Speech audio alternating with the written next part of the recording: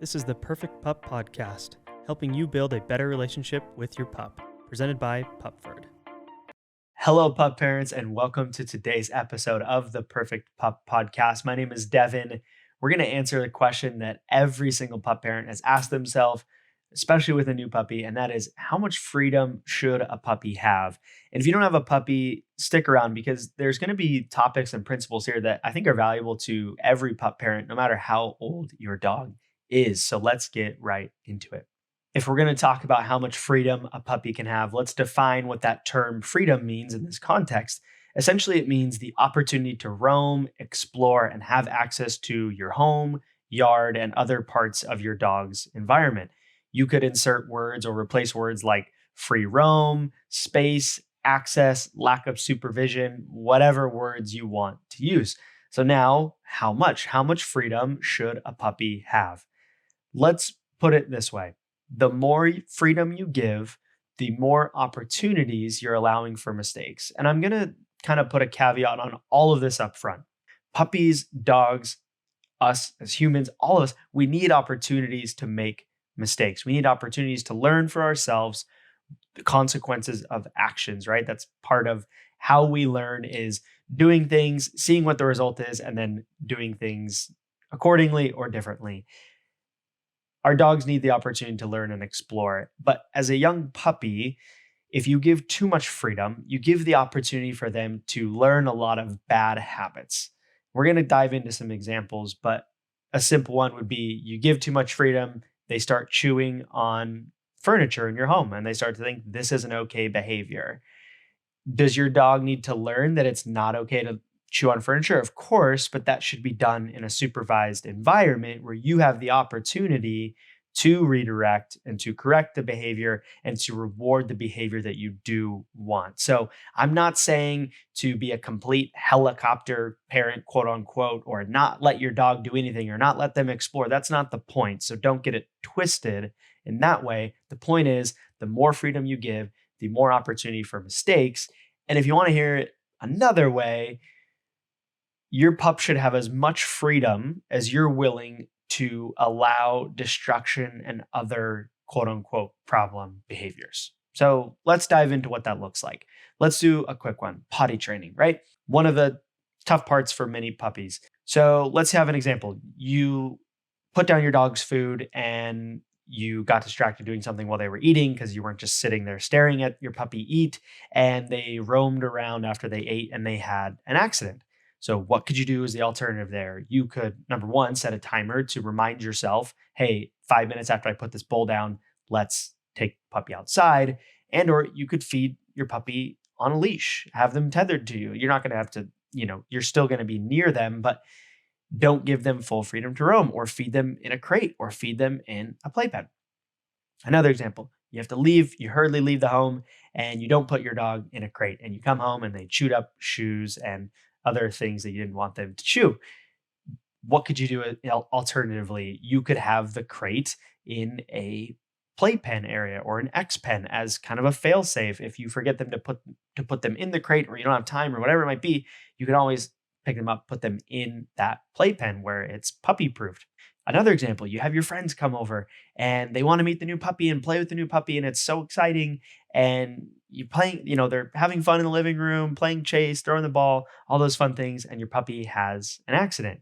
So while that's totally common because, again, your puppy's excited, probably forgot, you were distracted, an alternative is playing outside or being in an environment where it's okay if they have a potty accident, like a room with tile or easier to clean floors. So you see how you're not limiting your dog's ability to be a dog, you're just doing it in a controlled manner. Another example here, destructive behaviors. You take your eye off your puppy during a work call, and the next thing you know, they are, again, chewing on your favorite purse. And what could have you done better in that situation? I would say, if you can't give your puppy full attention, and this is a principle that can be widely applied for most behaviors, if you can't give your puppy your full attention, they shouldn't have full freedom. So again, we'll talk more about confinements, but you're not just going to let them go roam the whole house if you're distracted on a work call. Another instance, right? You have your dog out in your fenced in backyard where you think, okay, not much bad can happen. You have to run inside real quick to grab a drink, and you come back out and your dog is digging through the flowers. What could have you done differently? You could have brought the puppy inside with you. You could have put a physical barrier around the flowers. You see where I'm getting at here? Again, your dog has the opportunity to be in the backyard and learn and explore, but if they don't have the supervision, you need safeguards to protect them from, again, learning bad behaviors like digging, and potentially getting themselves into trouble or getting sick or hurt because some plants are problematic, or all types of issues that can arrive. What about recall, right? A lot of us think, oh, well, I've done some recall training with my pup. I'm sure they'll be fine if I let them run around off leash at this park. And you call for them and they turn around and go the other way.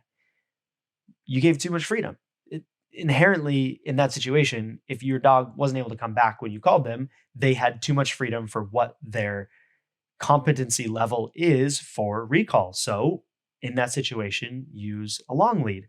Again, you can buy 100-foot long leads, or probably bigger, where your dog can go, they can roam, they can feel like they have the freedom, but you are not completely out of control of the situation. You have some ability to keep your dog safe, and as well as if they're not coming back to you, you can have some control to be able to kind of bring them back towards you, get them to come back, and then reward the behavior of coming back to you. So those are a few examples of how you can kind of limit freedom for your puppy while still letting them explore and be a dog and make decisions and learn and grow on their own.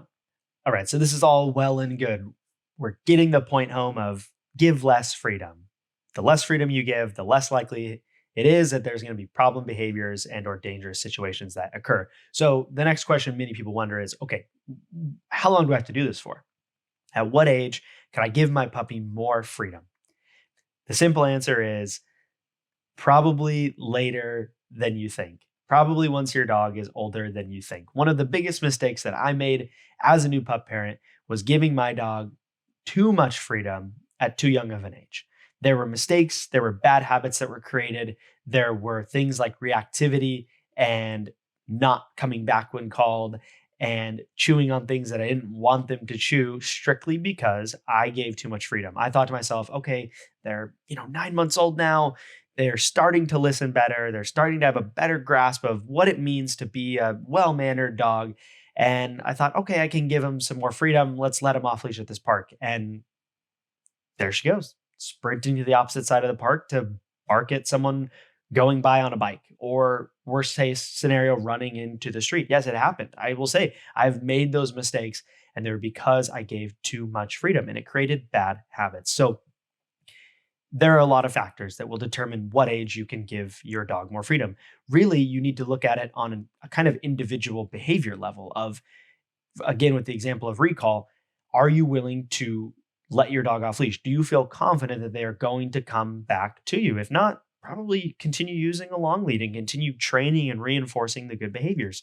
Some other factors would be, what is the worst case scenario? If you're at a place where there's a chance that they could run into the street and get hit by a car, you probably want to practice giving less freedom just for safety's sake.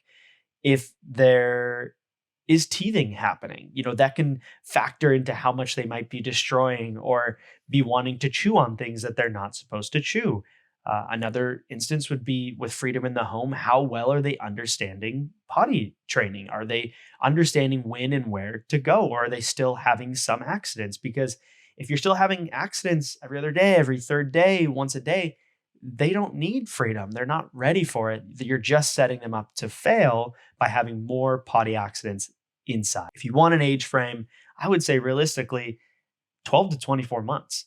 And again, you can incrementally and slowly provide more freedom. But if you're wanting, in your mind, you're saying, I want my dog to be able to run free and be off leash and do whatever they want, it's going to take a long time to get there. That is just the reality of having a puppy, is learning takes time. We've talked about some of these, but let's kind of look at a list of different ways you can allow your dog the freedom to learn and explore and grow while still having some control over the situation to keep them safe and to set them up for success. We've talked about crates. Does everyone need to crate train their dog? Not necessarily. I did a whole episode about that. There are pros and cons to both, but a crate can be a good tool. You can use play pens, you can use X pens. Physical barriers are huge. If you don't want your dog to have access to a room, keep the door closed. If you don't think you're going to remember to always close the door behind you, put up a baby gate. We used baby gates in our previous home all the time. We had kind of a base level where you walked in and it was kind of the kitchen laundry room that went out into the backyard. When you stepped up into the living room, we had a baby gate. So we could close that. We could have a barrier to not allow our dogs access. And what that does is it allows you to say, okay, if my dog only has access to this specific room, I can be very meticulous about puppy proofing that room in particular.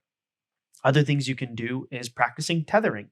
You don't need to do this all the time, but having your dog connected to you. If you want to try, you just took your puppy out to the bathroom, you want to explore the house and practice them having some freedom, you can clip them to the leash and clip the leash to your belt or to your waist and just kind of explore around the house with them tethered to you. Using a long lead. I love, love, love long leads. They're such a powerful tool. They make things like recall and stay so much easier and really so much safer. I don't want to sound like overly worrisome about puppies and dogs, but if we're going to talk about one behavior that really can jeopardize your dog's safety, it is letting them off leash. Dogs are somewhat unpredictable. My dogs are 5, 6 years old almost now, and I still have situations where I look back and I think I probably should have kept them on a leash because squirrels and other dogs and cars and bikes, and there's just so many factors. So just, think about those things. The most important part to remember is you want to set your dog up for success.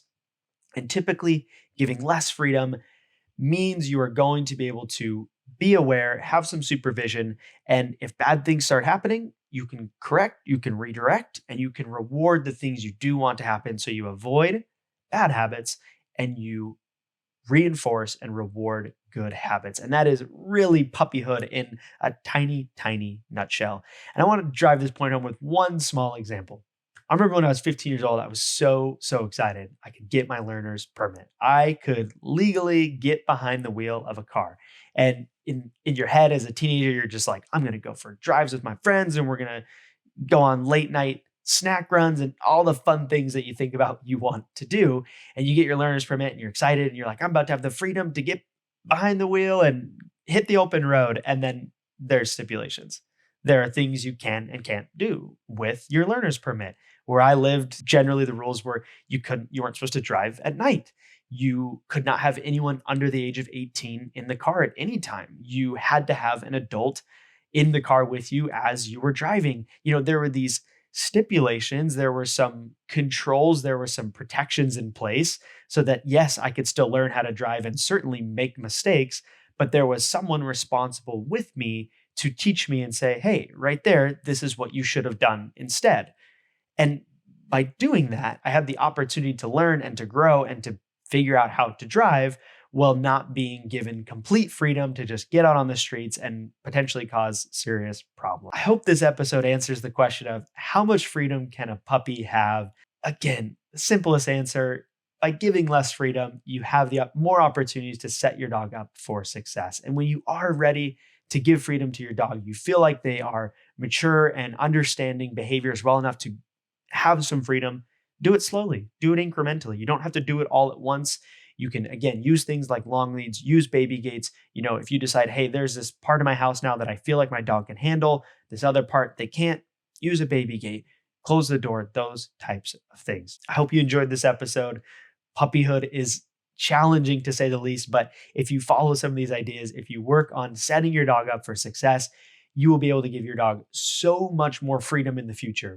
The beauty of giving less freedom in the beginning is that it allows you to give more freedom in the long run. Because what can happen is if you give too much freedom and all these bad habits are ingrained in your dog and you're trying to constantly overcome them, what happens is you can't give as much freedom. Even you'll have an adult dog where you're not comfortable doing certain things or allowing them to do certain things because they have too many bad habits that have started. So give less freedom now to be able to give more freedom in the long run and train your dog. Be consistent and do what it takes to raise a well-mannered pup. Hope you enjoyed this episode. If you did, please leave a review on Apple Podcasts. I read all of them. I love the feedback, both positive and negative. I love the ideas for episodes. I have definitely used review ideas that people have given and turned them into episodes. If you're on YouTube, subscribe, leave a comment. And other than that, we'll catch you on the next episode.